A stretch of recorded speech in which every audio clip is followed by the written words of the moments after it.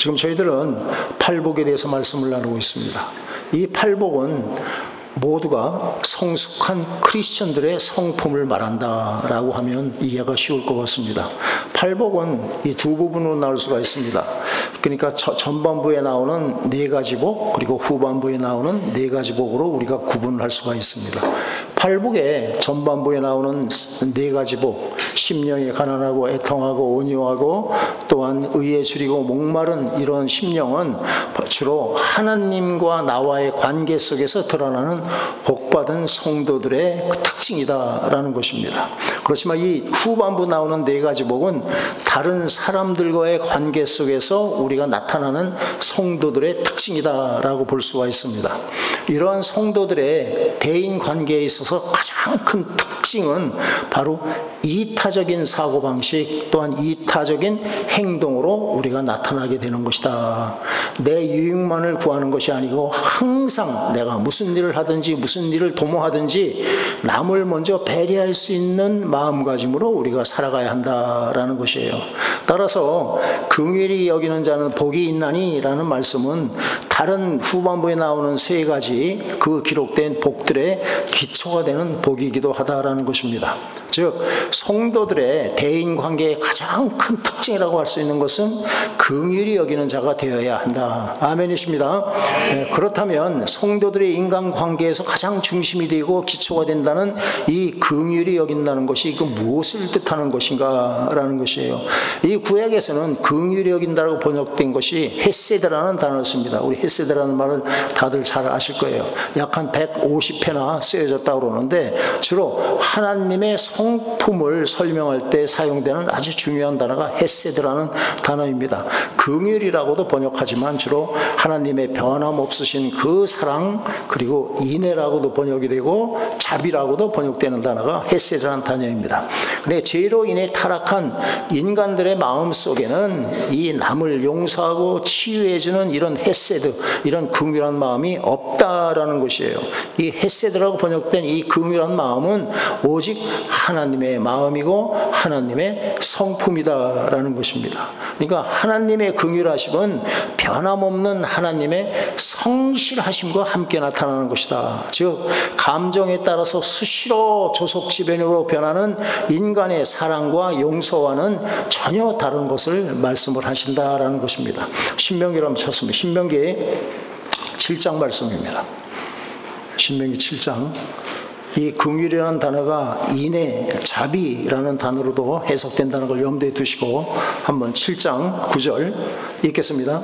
그런즉 너는 알라 오직 내 하나님 여호와는 아는 이시요 신실하신 하나님이시라. 그를 사랑하고 그의 계명을 지키는 자에게는 천대까지 그의 언약을 이행하시며 인애를 베푸시되. 아멘. 하나님은 어떠한 하나님이시냐? 당신의 약속하신 것을 천대까지 지키시는 신실하신 하나님이시다. 조속지변으로 이렇게 바꾸시는 변개하시는 하나님이 아니시다. 인애, 다른 말로 하면 긍휼을 베푸시는 하나님이시다라고 말씀을 하시는 것입니다. 하나님의 이 긍휼하심은 단순히 불쌍한 사람을 불쌍히 여긴다는가 또는 용서한다는 그 뜻을 넘어선 그런 상위적인 그런 개념이다라는 것이에요. 그것은 조건 없는 하나님의 넘치는 사랑을 말하는 것이고 무한적으로 용서하시는 하나님의 사랑의 말씀, 마음, 그것이 바로 긍휼이다라는 것입니다. 그 구약에서 보면 하나님께서는 타락한 인간들에게 끊임없는 긍휼하심을 베풀어 주시는 것을 우리는 이스라엘 백성들을 통해서 우리는 보고 있습니다. 구약에 진노하시는 하나님, 심판하시는 그 하나님, 그 이면에는, 그 뒤에는, 보이지 않는 내면에는 하나님의 긍휼하심과 자비하심의 그 강이 도도히 흐르고 있다라는 것입니다. 특별히 다른 성경 중에서, 성경보다도 선지서, 예언서를 통해서 하나님의 긍휼하심이 우리에게 알려주고 있다. 긍휼하신 하나님을 우리에게 말씀을 해주시고 있다라는 것이에요. 신약에서는 이 긍휼이라는 단어를 헬라어로 엘레오스라는 단어로 씁니다. 이 엘레오스라는 단어는 27번이나 나온다고 합니다. 디도서를 한번 찾아봅시다. 디도서 3장입니다. 디도서 3장 5절 말씀입니다. 5절 읽습니다. 우리를 구원하시되 우리가 행한 바 의로운 행위로 말미암지 아니하고 오직 그의 긍휼하심을 따라 중생의 씻음과 성령의 새롭게 하심으로 하셨나니. 아멘. 나의 의로운 행위로 말미암아 우리가 구원받은 것이 아니라 하나님의 무엇을 따라? 긍휼하심을 따라 거듭난 새로운 피조물이 되었다라는 말씀을 우리에게 말씀해 주고 있는 것입니다. 예수님께서는 우리가 잘 아는 호세아 6장 6절 말씀에 나오는 인애라는 단어, 나는 인애를 원하고 제사를 원치 아니하며 번제보다 하나님 아는 것을 원하노라 하시는 그 말씀에서 그 인애라는 단어를 신약에 와서는 마태복음 9장에서 긍휼이라는 단어로 이렇게 대체해서 쓰고 있는 것을 알 수 있습니다. 무슨 말이냐? 인애라는 단어나 긍휼이라는 단어나 똑같이 헤세드라는 어원에서 나온 말씀이다. 이해가 되시죠? 네, 마태복음 9장으로 확인합니다. 9장 13절 말씀입니다. 읽습니다. 너희는 가서 내가 긍휼을 원하고 제사를 원하지 아니하노라 하신 뜻이 무엇인지 배우라. 나는 의인을 부르러 온 것이 아니요 죄인을 부르러 왔노라 하시니라. 아멘. 너희가 하나님 앞에 나와서 그 귀한 예물을 드리는 그 제사보다도 더 본질적인 것이 있다. 그것이 바로 너희가 긍휼한 마음을 갖는 것이다. 긍휼에 대한 말씀을 하십니다. 그러니까 율법의 핵심이 긍휼, 다른 말로 하면 사랑, 인애, 자비하심으로 나타나는 것이다 라는 말씀을 지금 해주고 계시는 것이에요. 긍휼히 여긴다는 것은 단순히 불쌍히 여기는 마음만 가지는 것이 아닙니다. 실제로 도와주는 행동이 함께 수반해야 된다. 행동이 함께 나타나야 한다라는 것이에요. 어렵고 힘들고 고통 가운데 빠진 사람을 도와주어서 문제 해결에 직접적인 도움을 주는 것이 바로 긍휼이다라는 것입니다. 실제로 긍휼의 모습, 그 완벽한 모습은 하나님께서 우리 죄를 용서해 주시기 위해서 독생자 예수 그리스도를 이 세상에 보내주시고 십자가에서 죽게 하심으로 대속제물이 되게 하신 데서 우리는 찾아볼 수가 있다라는 것입니다.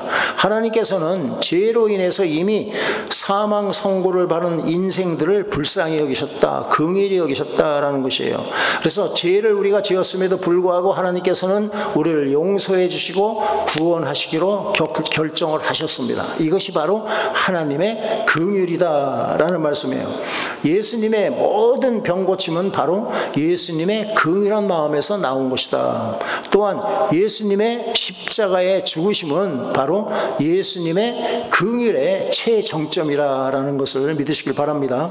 그러니까 하나님의 긍휼로 말미암아 우리의 죄의 비참함과 그런 고통에서 우리는 해방된 존재들이다라는 것입니다. 긍휼은 이 사랑으로 얘기하는 사랑이란 단어와 밀접한 관계를 가지고 있습니다. 사랑은 긍휼보다 더 크고 넓은 그런 개념이다라는 것이에요. 긍휼은 불쌍한 사람에게 베푸는 도움이지만 사랑은 불쌍하지 않은 사람에게까지도 도움을 베푸는 것이 바로 사랑이다. 긍휼은 아픈 환자에게만 줄 수 있는 것이지만 사랑은 건강한 사람까지도 우리는 줄 수 있는 것이다. 그래서 긍휼은 사랑에서 흘러나온 개념이고 사랑에서 시작되는 개념이다. 사랑과 긍휼이라는 개념의 정리를 했습니다. 이런 긍휼은 성도들의 삶에 있어서 필수 요소 가운데 하나이다라는 것이에요. 예수 믿는 사람들은 긍휼의 사람이 되고 자비의 사람이 되어야 한다라고 주님이 말씀을 하십니다. 그렇지만 타락한 이후 우리 인간의 본성은 극히 계산적이고 극히 이기적으로 행하는 그런 짐승과 같은 존재로 우리는 타락했다라는 것입니다. 그렇기 때문에 긍휼은 인간들에게서는 찾을 수 없는 성품이다. 인간들에게서는 찾을 수 없는 행위다라는 것이에요. 인간은 본질상 죄인이고 내 유익만을 챙기는 그런 무자비한 존재다라는 것입니다. 오직 하나님만이 긍휼에 풍성하시고 자비로우신 하나님이시다. 한마디로 긍휼은 하나님의 고유한 하나님만의 성품이다라는 것입니다. 에베소 2장 4절과 5절 읽겠습니다.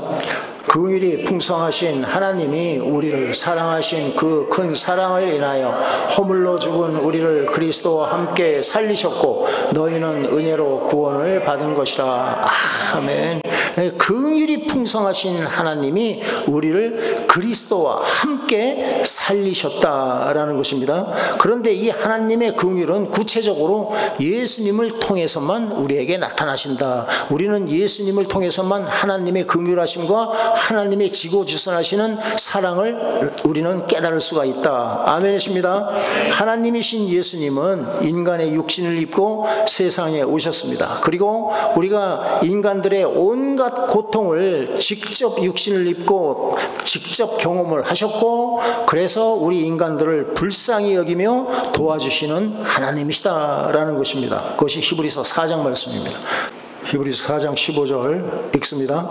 우리에게 있는 대제사장은 우리 연약함을 동정하지 못하실 이가 아니요 모든 일에 우리와 똑같이 시험을 받으신 이로되 죄는 없으시니라. 아멘. 여기 지금 우리에게 있는 대제사장은 말할 것도 없이 예수 그리스도를 말씀합니다. 여기서 동정이란 단어가 바로 긍휼을 잘 설명해 주는 단어이다라는 거예요. 예수님께서 몸소 죄 가운데 살아가는 인생살이를 체험을 하셨다. 우리의 육신의 연약함을 몸소 경험을 하셨다. 그래서 우리를 진심으로 불쌍히 여기시면서 우리에게 긍휼을 베풀어 주시는 분이다. 아멘이십니다. 여기서 우리는 긍휼히 여기는 삶을 사는 구체적인 방법에 대해서 좀 알아보기를 원합니다.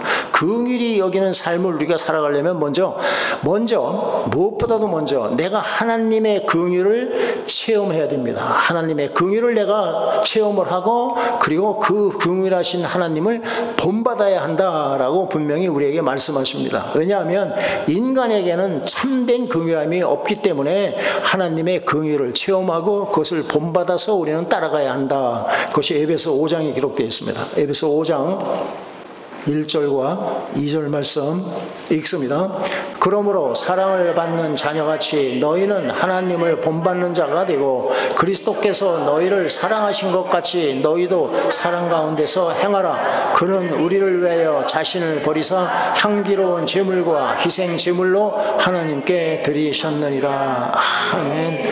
너희는 사랑을 받은 자녀, 다른 말로 하면 긍휼을 입은 자녀같이 너희는 하나님을 본받는 자가 되라라고 말씀하시는 것이에요.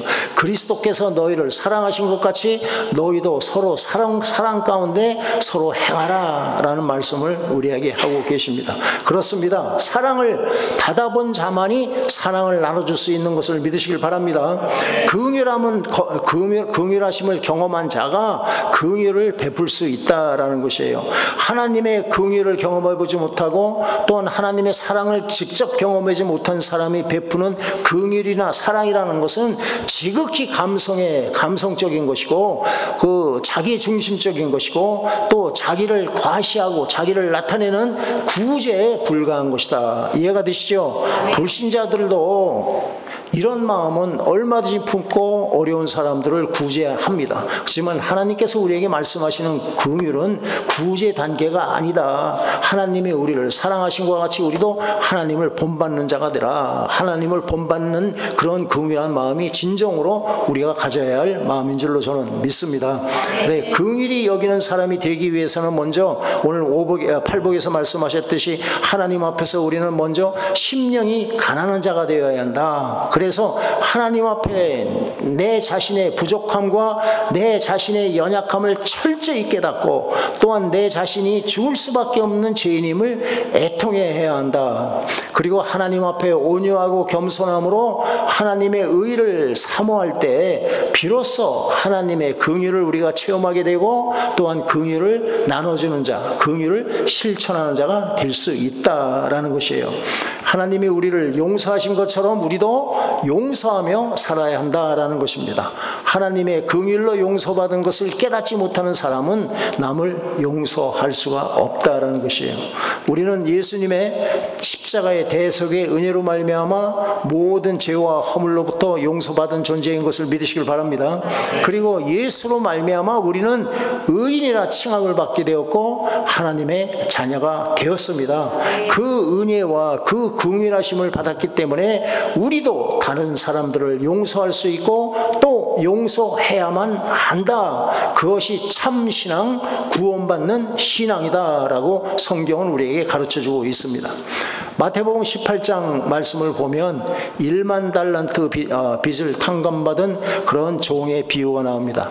1만 달란트라는 것은 어마막지로 큰 액수의 금액입니다.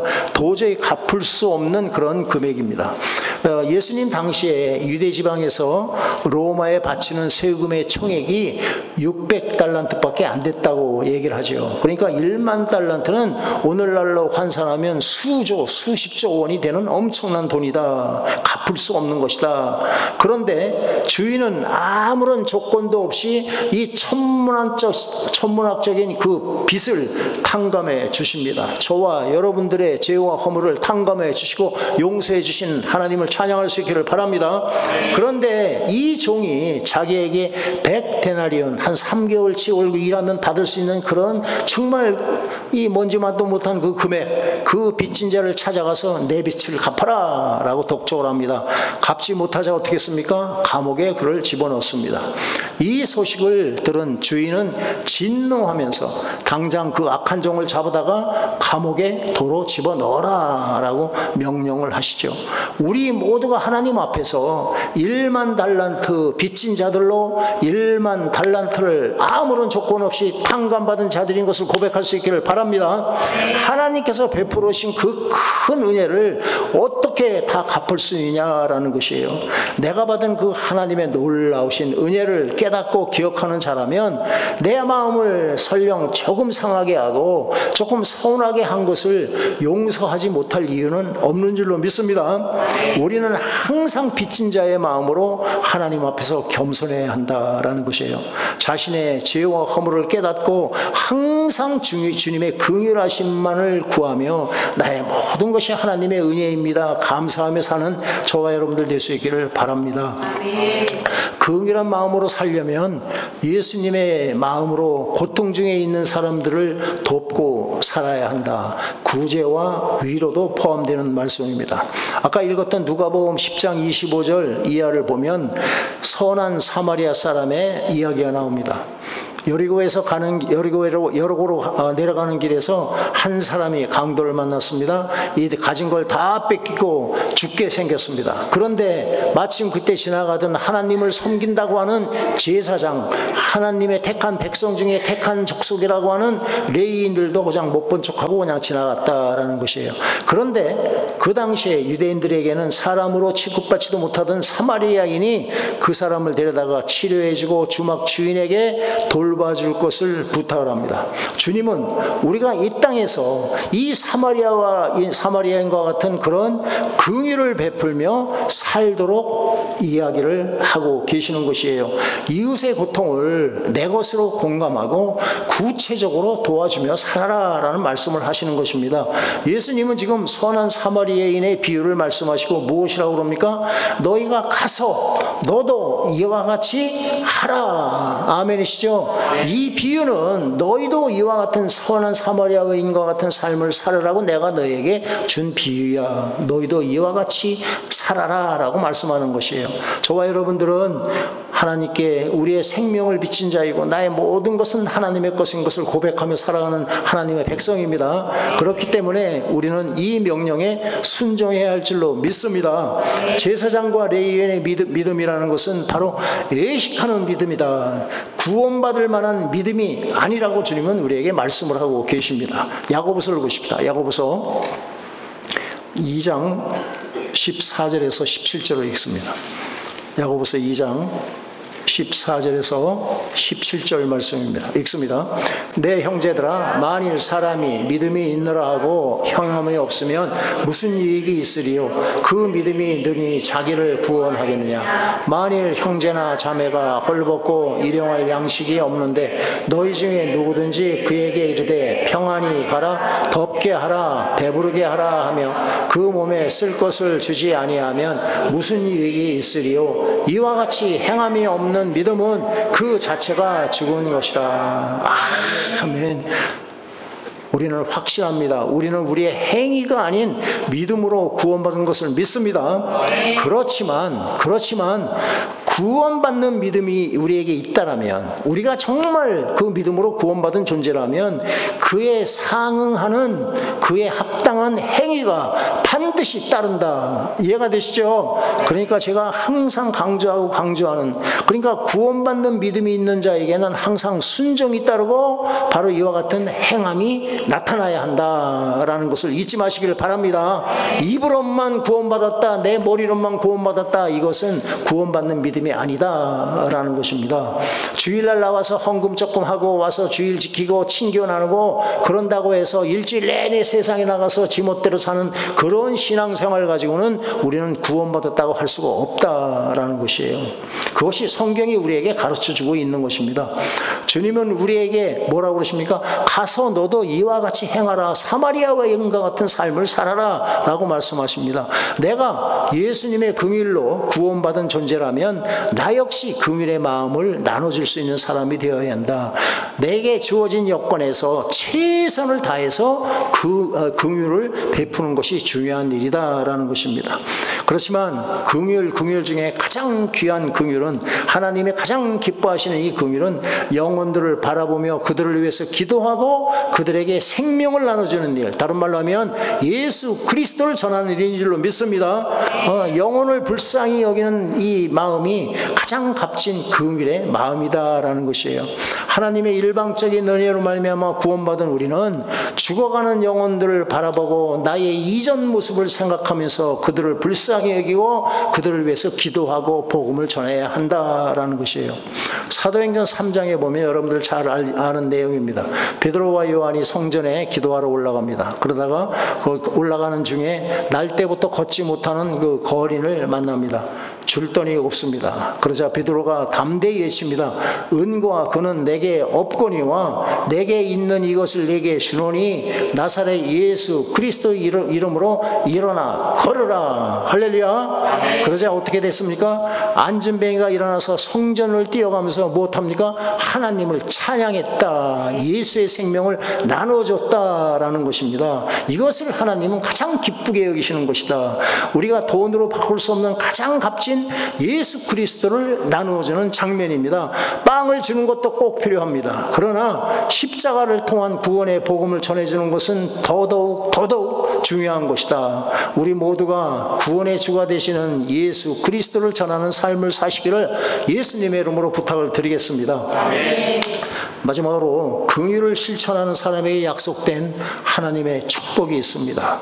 긍휼히 여기는 자는 복이 있나니 긍휼히 여김을 받을 것이며 라고 말씀을 하셨지요. 남을 긍휼히 여기는 자는 하나님의 긍휼하심을 더 풍성히 받게 된다라는 말씀을 하시는 것이에요. 우리가 이미 하나님의 긍휼을 입었기 때문에 긍휼을 베풀 수 있게 되었다고 말씀을 드렸습니다. 그런데 긍휼을 베푸는 삶을 살면 하나님이 풍성한 긍휼을 베풀어 주신다는 약속의 말씀으로 저는 받습니다. 그렇다면 하나님의 긍휼은 구체적으로 우리의 삶 가운데 어떻게 임하게 되나, 어떻게 나타나는가? 하나님의 긍휼이 임하면 성령의 도우심으로 하나님의 보좌 앞에 담대히 나가서 하나님과 깊은 영적인 교제를 나눌 수 있게 된다. 이것이 하나님께서 우리에게 주신 복이다. 아멘이십니다. 히브리서 4장을 보십시다. 히브리 4장 16절 말씀 읽습니다. 그러므로 우리는 긍휼하심을 받고 때를 따라 돕는 은혜를 얻기 위하여 은혜의 보좌 앞에 담대히 나아갈 것이니라. 아멘. 말하자면 능력 있는, 정말 경건의 능력이 있는 기도 생활을 통해서 주님과 동행하는 삶을 우리가 살아가게 된다. 왜 그렇습니까? 주와 함께하는 것이 참된 복인 줄 믿기 때문이다라는 것입니다. 이해가 되시죠? 예. 담대히 하나님 앞에 나아가 하나님의 은혜를 구할 수가 있다라는 것이에요. 두 번째로 긍휼을 실천하는 사람에게 하나님께서 보상해 준다는, 갚아 준다는 약속의 말씀을 하셨습니다. 잠언 19장입니다. 잠언 19장 17절 읽겠습니다. 가난한 자를 불쌍히 여기는 것은 여호와께 구워드리는 것이니 그의 선행을 그에게 갚아주시리라. 아멘. 얼마나 놀라운 약속의 말씀이십니까? 내가 누리는 모든 것이 하나님의 것이라는 것을 우리는 믿습니다. 그러니까 하나님이 필요하시면 다 드려도 아깝지 않은데, 우리가 가난한 자에게 긍휼을 베풀면 그것을 당신이 내가 하나님께 구워준 것으로 여기고 잊지 않으시고 반드시 우리에게 갚아주신다는 놀라운 약속의 말씀을 하고 계십니다. 이 말씀이 누가복음 6장 38절에도 말씀합니다. 너희가 주라, 그리하면 너희에게 줄 것이니 곧 너희는 요만큼 주는데 내가 거기에 후히 되어 누르고 흔들어 넘치도록 너희에게 안겨주리라 라는 말씀을 또 우리에게 하고 계시는 것이에요. 하나님께서 우리를 갚아주신다 약속의 말씀을 믿으십니다. 무엇보다 긍휼히 여기는 사람에게 주어지는 가장 큰 축복은 바로 내세에서 하나님의 하늘의 상급이 있다라는 것이에요. 마태복음 25장 31절 아까 읽은 내용에서 보면 예수님께서 영광 중에 재림하셔서 심판하는 모습이 나타납니다. 그 앞에서 모든 사람이 각자 행한 대로 심판을 받게 됩니다. 의인은 오른쪽에 악인은 왼쪽에 둔다. 양과 염소로 비유해서 말씀을 하십니다. 그때 의인들은 창세로부터 예비된 하나님 나라를 상속받습니다. 누가 의인입니까? 오늘 말씀으로 비교해 보면 누가 의인입니까? 참 믿음, 구원받는 믿음, 행함 있는 믿음을 가지고 삶 가운데 긍휼을 실천하는 사람이 의인인 줄로 믿습니다. 그런데 정작 긍휼을 베푼 당사자들은 자신이 베푼 긍휼 이것을 다 잊어먹고 있다라는 것이에요. 왜 그렇습니까? 당연히 나는 해야 할 일을 했다고 생각하는 것이에요. 내가 해야 할 일을 했는데 그것을 뭘 기억할 게 있습니까? 라는 놀라운 이야기를 하고 있는 것이에요. 그래서 마태복음 25장 37절에 보면 이에 의인들이 대답하여 이르되 주여 우리가 어느 때에 주께서 줄이신 것을 보고 음식을 대접하였으며 목마르신 것을 보고 마시게 하였나이까 묻습니다. 우리가 언제 그런 일을 했습니까?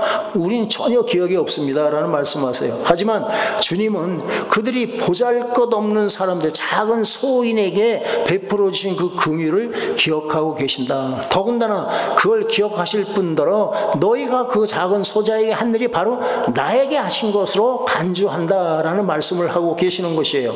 25장 40절에 보면 임금이 대답하여 이르시되 내가 진실로 너희에게 이르노니 너희가 여기 내 형제 중에 지극히 작은 자 하나에게 한 것이 곧 내게 한 것이니라 라는 말씀을 하고 계십니다. 그리고는 그들에게, 의인들에게 영생에 들어가는 상금을 주신다. 할렐루야. 이 상급이 저와 여러분들의 상급 되기를 예수의 이름으로 축원드리겠습니다. 사랑하는 우리 선한목자교회 성도 여러분들, 오늘도 예수님은 우리를 진정한 행복의 길, 진정한 생명의 길로 인도하시는 하나님인 것을 믿으시길 바랍니다. 그러니까 긍휼히 여기는 자는 복이 있나니 너희 그들이 긍휼히 여김을 받으실 것이요. 부디 이 말씀을 조금 착한 일 한 거로 비교하지 마시고 나의 마음속에서 죽어가는 한 영혼을 위해서 기도하고 그들을 위해서 내가 할 수 있는 것 최선을 다해서 먹을 것도 좀 주시고 입을 것도 주시는 그런 선교 마인드를 가지고 여러분들이 이 땅에 살아가기를 진심으로 부탁을 드리겠습니다. 이 말씀 꼭 새기시고 매일의 삶 가운데 긍휼과 사랑을 실천하시면서 하나님이 베푸시는 넘치는 긍휼로 복된 삶을 살아가는 저와 여러분들 되시기를 예수님의 이름으로 축원드리겠습니다. 네, 우리 함께 기도하십시다. 기도하실 때 하나님께서 베풀어 주신 놀라운 은혜를 항상 기억하게 하시고 내 이웃에게도 긍휼과 사랑을 나눠주는 복된 삶을 살게 하여 주시옵소서. 죽어가는 영혼을 불쌍히 여기며 예수 그리스도를 전하는 심령이 될 수 있도록 저희를 사용하여 주시옵소서. 주님을 한번 크게 부르시고 통성으로 기도하십니다.